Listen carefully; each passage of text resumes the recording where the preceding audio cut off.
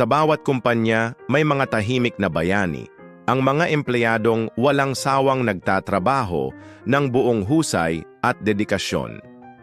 Tulad ni Marco, isang simpleng empleyado na ang tanging hangad ay mapaunlad ang kumpanya.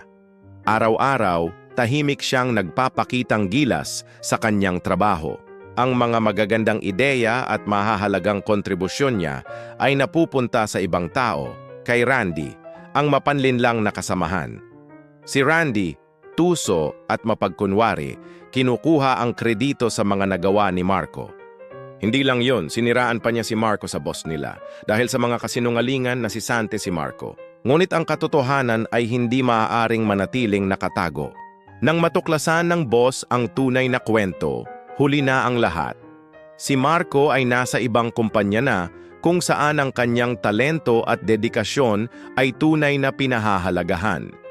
Minsan, ang pinakamahalaga nating aral ay dumarating sa sandaling wala na tayong magagawa. Kaya importante na kilalanin natin ang tunay na halaga ng mga tao sa ating paligid bago pa mahuli ang lahat. Salamat sa panonood. Mag-subscribe para sa mas marami pang kwentong nagbibigay aral.